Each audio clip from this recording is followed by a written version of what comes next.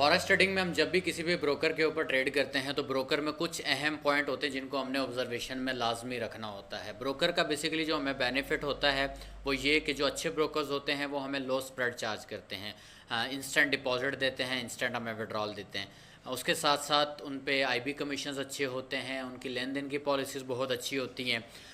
एक और important factor जो स्प्रेड होता है ना, ये बहुत ज़्यादा इंपॉर्टेंस रखता है। आज की इस वीडियो में हम स्प्रेड के ऊपर बात करते हैं। स्प्रेड बेसिकली क्या चीज़ होती है, स्प्रेड ब्रोकर क्यों चार्ज करता है, और ये स्प्रेड का ओवरऑल क्या कॉन्सेप्ट क्या है, मैकेनिज्म क्या है, स्प्रेड कहते किसको हैं। जब भी हम फॉरेक्स में ट्रेड करते हैं, जब भी आप MT4 या MT5 किसी भी प्लेटफॉर्म के ऊपर जिसके ऊपर भी आप ट्रेड कर रहे हैं, जब आप उसमें ऑपरेट करते हैं तो आपको एक चीज़ नोटिस में होगी कि जब भी आप ट्रेड करते हैं, आप कोई भी ऑर्डर लगाते हैं, वो बाय का ऑर्डर लगाएं या फिर सेल का ऑर्डर लगाएं, आपकी जो ट्रेड है ना वो कुछ नेगेटिव पॉइंट से स्टार्ट होती है। कुछ ब्रोकर्स के अंदर वो पॉइंट्स में होते हैं, सेंट में होते हैं, कुछ में वो थोड़ा ज़्यादा भी होते हैं। तो ये बेसिकली होता है, ये आपका स्प्रेड गैप होता है जो कि ब्रोकर चार्ज करता है, और ये ब्रोकर का अपना कमीशन होता है। बेसिकली जो ब्रोकर चार्ज करता है या जो ब्रोकर का कमाई का ज़रिया होता है वो बेसिकली ये स्प्रेड होता है। स्प्रेड बेसिकली एक जो मैकेनिज़्म बनाया गया है ये ब्रोकर की तरफ से, ये यानी कि एक फ़ी की शक्ल में ये चार्ज करता है।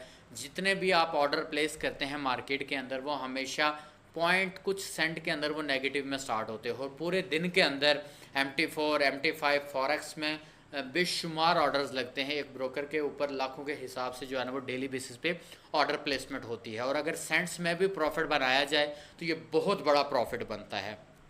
ब्रोकर जो चार्ज करता है वो सेंट्स के अंदर प्रॉफिट चार्ज करता है। जो ऑर्डर्स होते हैं वो बेसिकली डिलीवर कर दिए जाते हैं आगे LP को। जो ब्रोकर का कमीशन होता है वो स्प्रेड होता है। कुछ ब्रोकर्स होते हैं जो आपको अच्छा स्प्रेड चार्ज करते हैं, कुछ होते हैं जो लो स्प्रेड चार्ज करते हैं, डिपेंड ऑन देयर कम्युनिटी कि उस ब्रोकर की पूरी दुनिया के अंदर कितनी बड़ी कम्युनिटी है। जितनी उसकी बड़ी कम्युनिटी होगी डेफिनेटली उनका स्प्रेड उतना लो होगा। वो ज़्यादा से ज़्यादा चाहेंगे कि अपने कस्टमर को सर्विसेज दी जाए, फैसिलिटेट किया जाए, ना कि उससे बहुत ज़्यादा स्प्रेड जो है वो चार्ज किया जाए।